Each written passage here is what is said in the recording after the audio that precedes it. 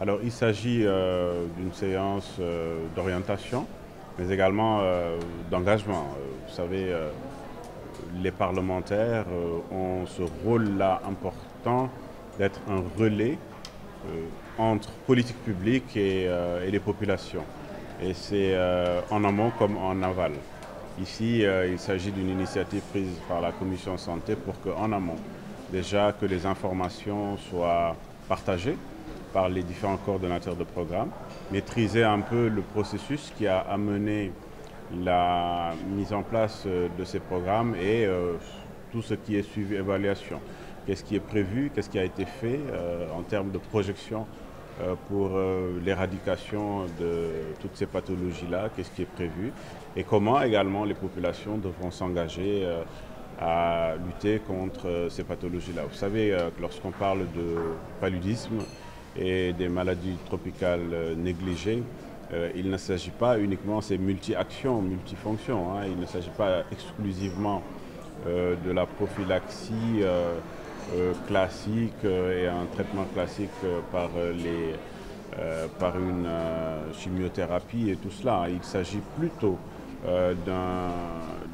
de l'ensemble des actions et les populations ont leur rôle à jouer. Et ça, le plus important, c'est l'engagement des parlementaires pour pouvoir naturellement donner les éléments d'information aux populations et accompagner également les programmes qui ont des plans d'action bien précis, mais des plans d'action sont toujours adossés à des aspects budgétaires. Et je pense qu'aujourd'hui, cet atelier pourra permettre de voir dans quelle mesure également les parlementaires pourront s'engager à accompagner ces programmes. D'ailleurs, l'objectif de notre rencontre d'aujourd'hui, c'est de sensibiliser les parlementaires par rapport au MTN, mais également par rapport au paludisme. Parce que les moyens financiers qui sont destinés à ces programmes-là ou à la santé en général sont insuffisants. Il y a des efforts quand même qui ont été faits par rapport à ces programmes, à la santé au niveau national, mais les fonds sont minimes. Maintenant, la sensibilisation de ces parlementaires aiderait à faire un plaidoyer pour l'augmentation non seulement de ces lignes budgétaires, mais également au niveau communautaire, parce que chaque parlementaire vient d'une localité, que ce soit au niveau de Kédougou, que ce soit au niveau de Tamba, Matam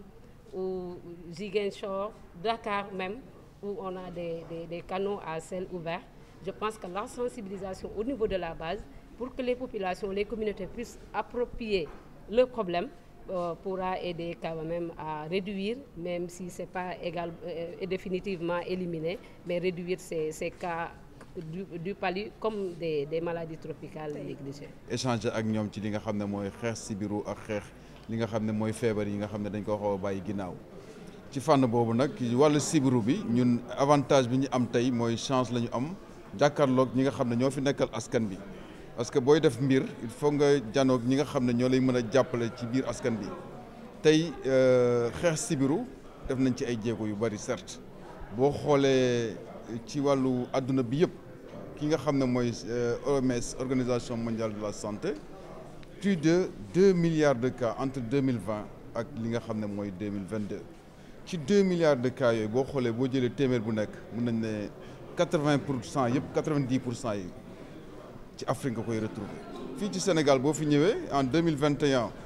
données yi ñu jot a am toll na ci à peu près 400 000 cas yoo xam ne am nañ ko avec 399 ñoo xam ne faatu nañ ci fii ci Sénégal mais comme ni ma koy faral di waxee du Sénégal yëpp a yem boo jëmee bët gànnaaru Sénégal li fa am ci sibiru bariwul boo jëlee junni nit mun naa ne ay 5 koy am mais boo demee Kédougou Kolda Tamba pratiquement foofu mun naa ne boo jëlee junni nit am na ba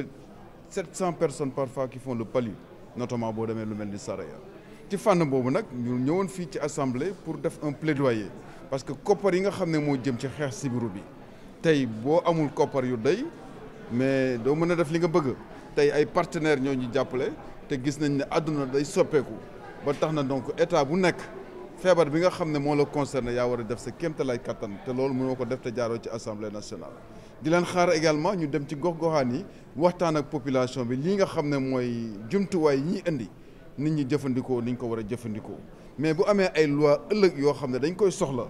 ñu mun ñoo jàppale par exemple tey ñun def nañ initiative boo xam ne bëgg nañ garab traditionnel yi ñu xool nan lañ koy saytoo ba xam nan lañ ko mën a dugalee ci marché bi mais loolu dafa laaj ay loi yu bees yoo xam ne tey jii war nañ ci mën a jublu te loolu assemblée mënu cee ñàkk. maladie tropicale négligée mu nekk feebar yoo xam ne dañ naan feebar yi ñuy sàggane la duñ ko jox gëdd gi ñu ko war a jox moo tax ñu ñëw fii tey am mbégte jàkkaarloog ñi nga xam ne ñooy parlementaires yi pour wax ci maladie yooyu. pour wax ne MTN dafa nekk feebar yi nga xam ne yi koy joxe mooy ay doomu jàngoro mu toll ci 21 ci àddina bi yëpp mais bu ñu ñëwee fii ci Sénégal ñun ñu ngi maanaam joxoñ fukk ak ñeent yooyu mën nañ ci lim li nga mel ne mooy rage muy feebaru say xam nañ ne Sénégal léegi rage mi ngi commencé di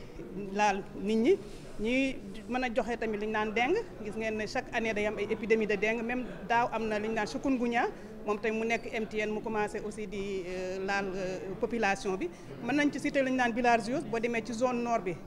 cas yi bëri na foofu ndax li ko waral mooy ndox mi nekk foofu ci dégg yi ak ci dex gi mais aussi mën nañu citer li ñu naan gaal ñu naan ko waga donc pour vous dire que ñun particularité programme MTN nekk dañu bëri ay feebar yi ñuy xeex te ci loolu nag Sénégal dafa jóg taxaw temb pour jëlee fi yooyu d'ici 2030 lu tax parce que dañu xam ne feebar yoo xam ne fii ak mi ngi ci askan bi liñ naan émergence liñ naan développement mënul nekk ndax feebar yoo xam ne day indi ay loraange day indi ay laago day indi ay boddi ak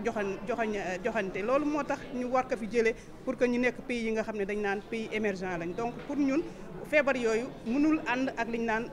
atteindre des objectifs de développement durable pour ci loolu nag ministère de la santé ci programme bi ànd ak Speak Up Africa mais aussi assemblée nationale parce que tey jii dañu am ay champion te ñi ngi jaajëf vraiment suñu champion bi nga xam ne mooy Mame Gueye Diop nekk fii di ànd ak en tout cas Speak Up Africa ak yeneen champion pour xeex feebar yooyu parce que dañu xam ne feebar yi nga xam ne dañ leen a yàgg soofantal mais dafa nekk feebar yoo xam ne mën nañ ko fi jëlee mooy feebar yi nga xam ne mën nañ leen éliminer mais pour ñu éliminer leen aussi il faut que ñu am ay ressources domestique c'est-à-dire qu'il faut ñu mobiliser plus de ressources domestiques pour mën a xeex feebar yooyu même bu ñu leen éliminer dañu war a taxaw thème ba nga xam ne feebar yi duñu jël si waat lañu naan durabilité te pour loolu pour ñu am ko il faut que ñu am ay moyens moo tax ñu en tout cas ñu def ñëw tey ci assemblée ànd ak député yi wax leneen mooy feebar yi mais surtout expliquer enjeu yi parce que comme ni ma leen wax day laal xale yi surtout xale bu ko kii ni mu war a jàngee du jàng normal màggam du gaaw loolu mu ngi nekk ay jeexantal ci askan bi mais aussi fexe ba nga xam ne feebar yooyu buñ ko fi jëlee dootu fi ñëwaat loolu tamit suñu xeex la parce que dafa nekk feebar yoo xam ne vraiment ñi ngi lor askan bi te bëgg nañ ko fi jëlee ba faaw ci ndimbali vraiment population bi parce que lépp lu ñuy wax il faut que population bi engagé wu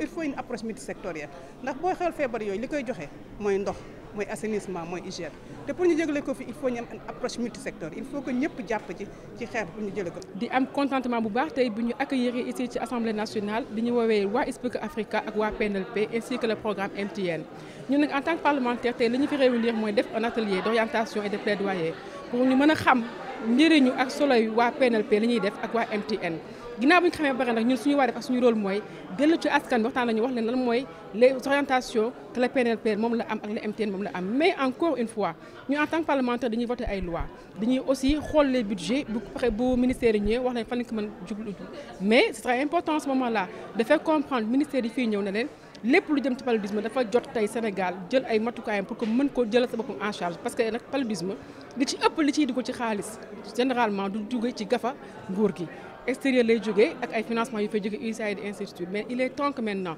ak li xew ak le pétrole et le gaz que le ministère en santé de biir santé commencé xalaat naka la mën a def pour jëlee ci gafa nguur gi du mën a fajee askanu Sénégal te la paludisme da ciy am solo lool sax